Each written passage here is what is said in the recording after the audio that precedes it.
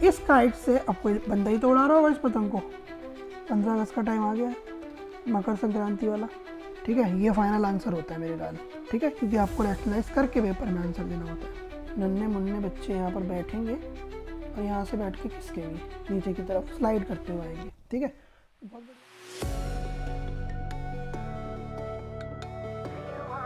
Hello everyone, welcome बच्चों, कैसे हो आप लोग। आशा करता हूँ कि आप लोग ठीक होंगे और शायद आपने पहली वाली वीडियो इसकी देख ली होगी। तो नहीं देखी है तो उसको देख लो, सारा उसमें बेसिक जितना भी है मैंने कवर करा दिया है, ठीक है। सारी चीज़ें उसमें आपको A to Z समझा दी हैं कि एलिवेशन क्या होता है और उसके बाद आपका डिप्रेशन क्या होता है, वो सारी चीज़ें मैंने आपको समझा दी हैं, ठीक है। आज इसमें हम एक्सरसाइज अपनी जो 9.1 है उसको हम कंप्लीट करेंगे, ठीक है। उसका पहला क्वेश्चन यहाँ पर हम देखते हैं कि क्या दिया हुआ है। देखो, बोल रहा है कि circus artist is climbing 20 metre long rope. एक सर्कस का आर्टिस्ट है, जैसे मान लो कि यहाँ पर वो आर्टिस्ट खड़ा है और वो आर्टिस्ट क्या कर रहा है, एक इस रोप को क्लाइंब कर रहा है, ऊपर जाना है इसको, ठीक है। तो बोल रहा है विच इज़ टाइटली स्ट्रेच्ड। ये जो रिंग है पूरी, ये जो हमारी रोप है पूरी टाइटली स्ट्रेच्ड, मतलब ऐसा करके सीधे एकदम बंधी हुई है, इस पॉइंट से भी और इस पॉइंट से भी एकदम टाइट बंधी हुई है, उसके ऊपर वो चल रहा है। Top of the vertical pole to the ground, ये पोल है, इसी के टॉप पे ये जो हमारी है वो बंधी हुई है, ठीक है। बोल रहा है हाइट बतानी है पोल की if the angle made by the rope with the ground level is 30 degree. कह रहा है कि इस पोल की हाइट क्या होगी, इस AB पोल की हाइट क्या होगी अगर ये 30 डिग्री का एंगल यहाँ पर मेक करती है रोप, ठीक है। तो ये हमें बताना है। तो चलिए इसको हम निकालते हैं। तो सबसे पहले हम देखेंगे कि यहाँ पर क्या दे रखा है, हमें यहाँ पर इस पोल की हाइट निकालनी है। तो हम क्या करेंगे, यहाँ पर लगाएंगे AB अपॉन में AC, और ये बराबर हो जाएगा क्योंकि ये परपेंडिकुलर है और ये हाइपोटेन्यूस है, और ये जो है हमारा, ये पूरा हमारा क्या है, एक राइट एंगल ट्राइंगल है। ये पूरा हमारा क्या है, एक राइट एंगल ट्राइंगल है। तो ये परपेंडिकुलर और हाइपोटेन्यूस ये दोनों मिला के क्या बनाती हैं, ये बनाती हैं हमारा साइन, और साइन बनाएंगी 30 डिग्री का, ठीक है। साइन 30 के ये बराबर होगा। तो हम बोल सकते हैं कि भाई साइन 30 जो है वो बराबर है हमारे AB जो हमारा है वो हमें नहीं पता, तो AB को हम AB रहने देते हैं, और नीचे वाला हमें पता है AC जो है हमारा 20। अब साइन 30 की वैल्यू आपको याद होगी, तो ये होती है 1/2, और AB अपॉन 20 यहाँ पे हम रखेंगे। तो यहाँ से हम निकाल सकते हैं कि जो हमारा AB हो जाएगा वो हमारा हो जाएगा 20/2, तो इसको हम बोल देंगे 10 मीटर।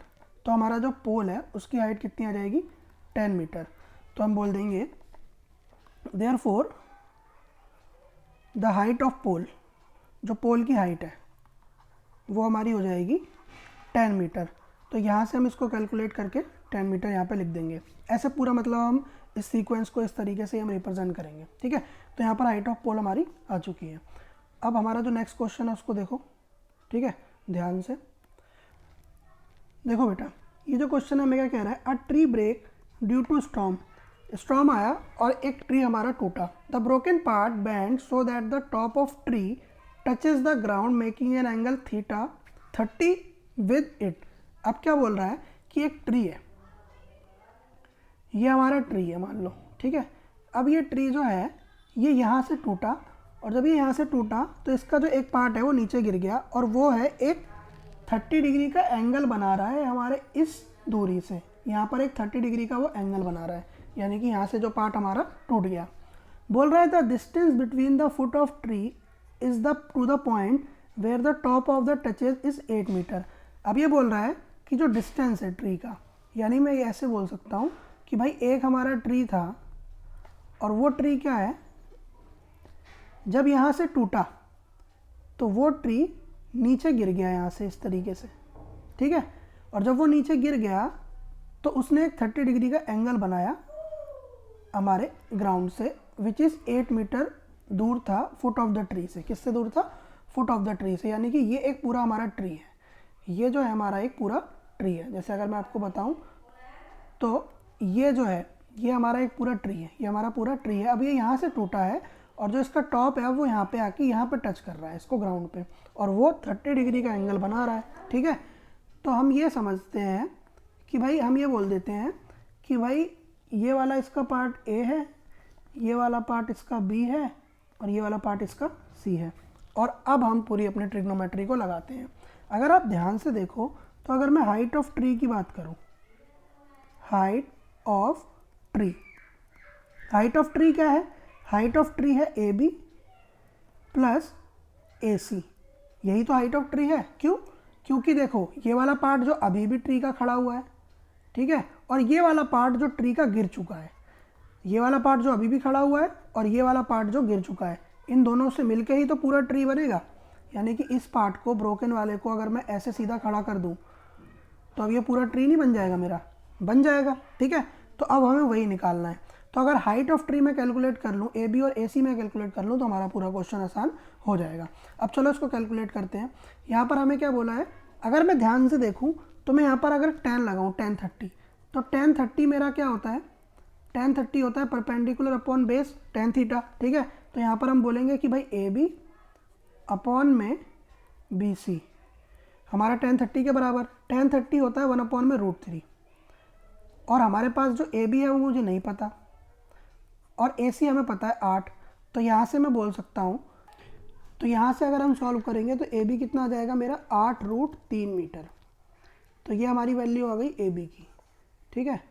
अब मुझे यहाँ पर निकालना है अपना AC। तो AC को कैलकुलेट करने के लिए मैं बोलूँगा कि भाई BC अपॉन AC करूँगा तो मेरे पास AC कैलकुलेट हो जाएगा, क्योंकि BC की वैल्यू मेरे को नोन है। तो यहाँ पर मैं बोलूँगा कि BC अपॉन में AC बराबर हो जाएगा cos 30 डिग्री के, क्योंकि ये बेस है और ये हाइपोटेन्यूस है। BC मेरे पास 8 है, AC मुझे नहीं पता, कैलकुलेट करना है, और ये हो जाएगा √3/2। इसको जब मैं कैलकुलेट करता हूँ तो AC मेरे पास आ जाता है 16 और अपॉन में √3 मीटर। तो AC भी मेरे पास कैलकुलेट होके आ चुका है 16 अपॉन में √3 मीटर। अब मुझे कैलकुलेट करनी है हाइट। अब हाइट ऑफ ट्री निकालने के लिए मुझे एक काम करना है कि जो टोटल हाइट ऑफ ट्री होगी ऑफ ट्री वो मेरी होगी AB प्लस AC। तो AB मेरे पास है 8√3 अपॉन में और 16 अपॉन √3। अब इसको जब मैं जोड़ूंगा तो ये हो जाएगा 24 अपॉन में √3 मीटर। तो ये मेरी हो जाएगी total height of the tree, जो मेरे क्वेश्चन ने मुझसे पूछा था, ठीक है। अब चलते हैं हम अगले क्वेश्चन की तरफ, ध्यान से देखिए। अगला क्वेश्चन हमें कह रहा है contractor plan to install 2 slide for the children to play in a park. एक कॉन्ट्रैक्टर है, उसको ठेका मिला हुआ है स्लाइड लगाने का पार्क के अंदर, ठीक है। वो 2 स्लाइड लगाना चाहता है for the children below the age of 5 year. जो 5 साल से छोटे बच्चे हैं उनके लिए वो स्लाइड का जो टॉप है वो रखना चाहता है 1.5 मीटर, जिसका इंक्लिनेशन हो 30 डिग्री, और जो बड़े बच्चे हैं 5 साल से बड़े हैं उनके लिए वो हाइट रखना चाहता है 3 मीटर, जिसका इंक्लिनेशन हो 60 डिग्री, ठीक है। कह रहा है what should be the length of the slide in each case. अब ध्यान से समझना है इस क्वेश्चन को कि ये क्या कह रहा है। अब ध्यान से समझो कि वो क्या चाहता है कि जो 5 साल से छोटे बच्चे हैं, 5 साल से छोटे बच्चे हैं, उनके लिए वो एक ऐसी स्लाइड बनाना चाहता है जो हमारी क्या हो 1.5 मीटर की हो और उसका जो इंक्लिनेशन हो वो ज़मीन के साथ 30 डिग्री हो। दूसरा केस वो ये चाहता है कि जो बच्चे 5 साल से बड़े हों, जो 5 साल से बड़े हों, यानी कि जो एल्डर बच्चे हों तुम्हारे जैसे, है ना, और जो छोटे बच्चे हों, जो यंगर बच्चे हों तुम्हारे भाई बहन जैसे छोटे छोटे, ठीक है। तो तुम्हारे जैसे नालायक बच्चों के लिए वो क्या चाहता है कि एक बड़ी स्लाइड बनाओ ताकि सारे के सारे गिर जाएं, है ना। तो वो एक बड़ी स्लाइड बनाना चाहता है जिसकी हाइट वो रखेगा 3 मीटर, और भैया उसके लिए बोल रहा है कि वो मैं 60 डिग्री का इंक्लिनेशन रखना चाहता हूँ। बहुत बढ़िया, ठीक है। अब ये बोल रहा है कि बताओ what should be the length of each slide. हर एक स्लाइड की लेंथ कितनी होगी। हर एक स्लाइड का लेंथ का मतलब है अगर मैं इसको मानूँ ABC, इसको मानूँ PQR, तो वो इनडायरेक्टली मुझसे पूछ रहा है कि AC बता दो यानी X बता दो, और PR बता दो यानी कि Y बता दो। स्लाइड की लेंथ बता दो जहाँ पर बच्चे हमारे नन्हे मुन्ने बच्चे यहाँ पर बैठेंगे और यहाँ से बैठ के खिसकेंगे नीचे की तरफ, स्लाइड करते हुए आएंगे, ठीक है। तो बहुत बढ़िया, हमारे पास 2 केस हैं, हम दोनों केसेस को यहाँ पे रिप्रेजेंट करेंगे और अपना आंसर करेंगे। तो पहला केस तो ये हो गया और दूसरा केस हमारे पास ये हो गया। अब हम क्या करते हैं, इसको शो करते हैं।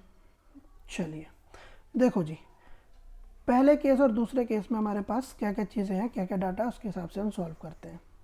देखो जी, हमारे पास बोल रखा है कि स्लाइड की लेंथ निकालनी है, तो सीधा मुझे पता है कि भैया परपेंडिकुलर दे रखा है, हाइपोटेन्यूस निकालना है, थीटा भी पता है। तो बिना कुछ सोचे समझे मैं बोलूँगा कि भाई P अपॉन एच साइन होता है, और साइन का 30 दिया हुआ है, तो इसको हम बराबर रखेंगे ए बी अपॉन में ए सी के।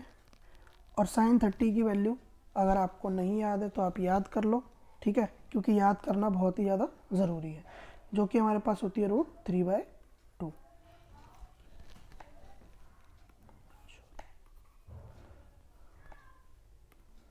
और साइन 30 की वैल्यू अगर आपको नहीं याद है तो आप याद कर लो, ठीक है, जो कि हमारी होती है 1/2, ठीक है।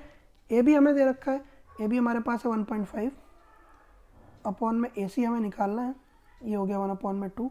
तो सीधी सी बात, नो बकवास, इसको इससे मल्टीप्लाई कर दो, इसको इससे मल्टीप्लाई कर दो, तो हमारे पास ए सी कितना आ जाएगा 1.5 इंटू 2, और जब इसको मल्टीप्लाई करेंगे तो ये हो जाएगा 3 मीटर।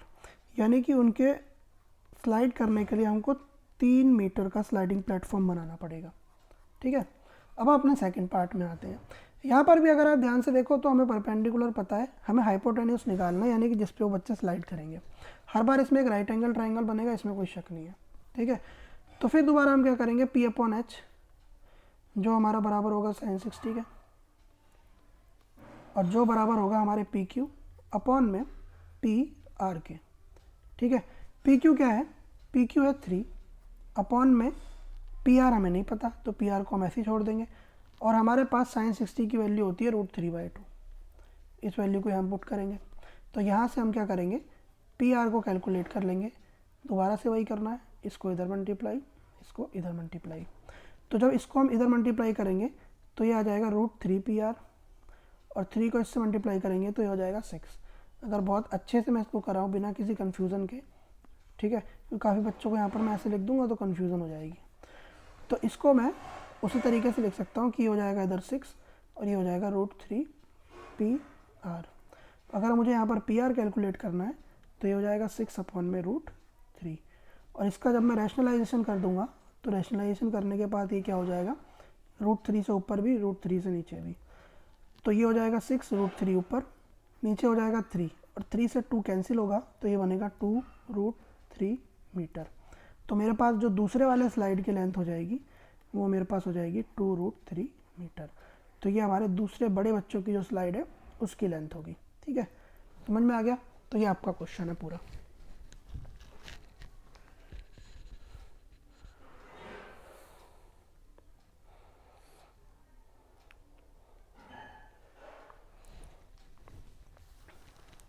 चलिए moving on to the next question, fourth question. Fourth question काफ़ी आसान है। क्या कह रहा है फोर्थ क्वेश्चन, ध्यान से आप देखना। कहता है the angle of elevation top of the tower from the ground is 30 which is 30 metre away from the foot of tower is 30 degree. क्या बोल गया कभी, कह रहा है कि angle of elevation of top of tower, कह रहा है कि जो एक टावर है उसका टॉप से हमेशा एंगल ऑफ एलिवेशन बनेगा, वो एंगल ऑफ एलिवेशन 30 डिग्री है। कितना डिग्री है भैया, 30 डिग्री है भैया, बहुत बढ़िया। वो कह रहा है कि from a point on the ground which is 30 metre away from the foot of tower. तो वो ग्राउंड के एक ऐसे हिस्से पे है एंगल ऑफ एलिवेशन जो फुट ऑफ टावर से 30 मीटर की दूरी पे है। कितने मीटर की दूरी पे, 30 मीटर। बोल रहा हाइट ऑफ टावर बता दो, तो इसको x मान लूँगा मैं। अगेन इस पूरे ट्राइंगल को ABC मान लो, ठीक है। अब बस हमारे पास ध्यान से अगर देखें तो tan का केस बन रहा है, x अपॉन में 30 करेंगे, p अपॉन में b करेंगे। और आपको अगर ये चीज़ नहीं मालूम है तो याद कर लो बच्चों तहे दिल से, ट्रिग्नोमेट्री में भी आपको ये सिखाया था, पंडित भोले प्रसाद हर हर भोले, यहाँ आ जाएंगे सोना चांदी तोले, ठीक है। तो इसको आप याद कर लो। तो ये आपकी एक ट्रिक रहती है जिससे आपको याद होता है इन सारे रेशियो को। तो ये हो जाएगा आपका p/h साइन, कॉस हो जाएगा b/h, tan हो जाएगा p/b, ठीक है। तो अब हम करेंगे x अपॉन में 30, ये बराबर हो जाएगा मेरे tan 30 के बराबर, तो x अपॉन में 30 बराबर हो जाएगा मेरे 1 अपॉन में √3 के, जो कि मेरा हो जाएगा 30 अपॉन में √3 मीटर।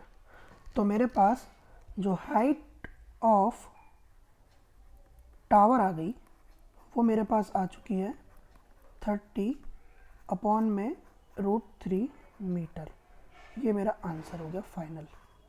ठीक है, और अगर हम इसे रैशनलाइज करके लिखना चाहें तो ये हो जाएगा 30 √3 इंटू √3 अपॉन में √3, और ये हो जाएगा 30 √3 को मल्टीप्लाई करेंगे तो यहाँ पर 3 आ जाएगा, और 3 से 30 हमारा कैंसिल आउट हो जाएगा, तो ये बचेगा 10 √3 मीटर।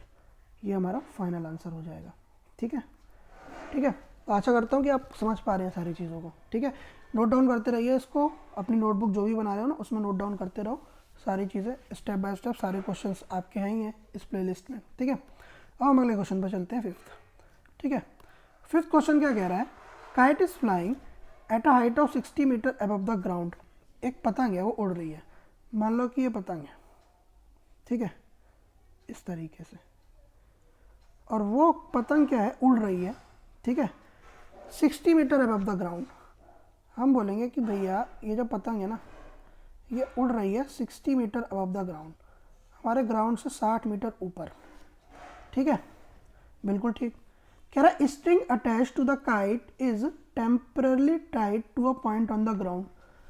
इस काइट से, अब कोई बंदा ही तो उड़ा रहा होगा इस पतंग को, 15 अगस्त का टाइम आ गया है, मकर संक्रांति वाला, तो एक आदमी यहाँ से इस पतंग को उड़ा रहा होगा, और यहाँ पर उसने इस पतंग को बांध के वो चला गया जूस वूस पीना। ठीक है, और वो जो बंदा है वो स्ट्रिंग को यहाँ पर अटैच करके चला गया, और 60 मीटर की ऊंचाई पे पतंग उड़ रही बिंदास। तो भाई सीधा सीधा मेरे बच्चों, मेरे प्यारे होनहार बच्चों, क्या तुम समझ चुके हो कि एक राइट एंगल ट्रायंगल बन रहा है? बिल्कुल सर। ठीक है, तो यहाँ पर बोल रहा है कि वो जितने एंगल में बांध के गया ना मेरा भाई, वो 60 डिग्री का एंगल है। क्या है? 60 डिग्री का एंगल।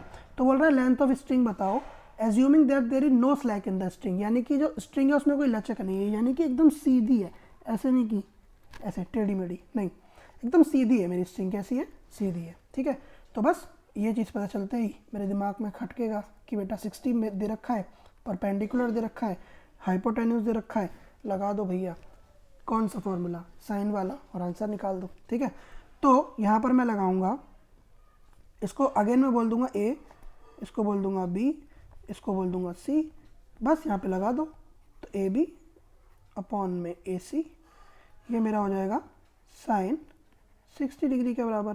ठीक है, ए बी मुझे पता है 60 डिग्री है, 60 मीटर है, डिग्री नहीं है, इस चीज़ का ध्यान रखा करो। ये ए सी है, साइन 60 की वैल्यू आपको पता होगी √3/2। बस यहाँ पर मैं ए सी को कैलकुलेट कर लूँगा। दोबारा मेरे बच्चों, मैंने बताया ना, इसको इससे और इसको इससे मिलप कराओ, मिलान कराओ, तो 60 को इससे मल्टीप्लाई करेंगे तो हो जाएगा 120, और हमारा जो ए सी है वो आ जाएगा नीचे, और ए सी आ जाएगा ऊपर, और ये हो जाएगा 120 अपॉन में √3 मीटर। और बहुत अच्छे से अगर जो बच्चा करना चाहता है वो इसको रैशनलाइज कर दो मेरे लाल, 120 √3 इंटू √3 अपॉन में √3, अभी हो जाएगा 120 √3, नीचे आ जाएगा √3, ये हो जाएगा, तो ये हो जाएगा 40, तो यहाँ पर हो जाएगा 40 √3। ठीक है, ये फाइनल आंसर होता है मेरे लाल। ठीक है, क्योंकि आपको रैशनलाइज करके पेपर में आंसर देना होता है। ठीक है, तो ये आपके 5 क्वेश्चन इस वीडियो में ख़त्म होते हैं। आशा करता हूँ कि चीज़ें आपको समझ में आ रही होंगी, कंसेप्चुअल समझ में आ रही होंगी, क्योंकि देखो मैथ बहुत आसान है, चीज़ें आपको बस समझना है। पॉइंट टू पॉइंट जब आपके न्यूरॉन ऐसे कनेक्ट होने लगेंगे ना, समझने लगेंगे चीज़ों को, तो आप सारी चीज़ें सीखते जाओगे, खट। ठीक है, तो चीज़ें समझ में आएंगी और आसानी से आएंगी। ठीक है, जब तक के लिए आप इस चैनल को सब्सक्राइब कर लो, लाइक कर लो, क्योंकि इस पर वीडियो आते रहेंगे आगे भी, जितने भी आपके हैं। ठीक है, तो मिलते हैं आपसे नेक्स्ट वीडियो में, तब तक के लिए thank you very much, tata bye bye.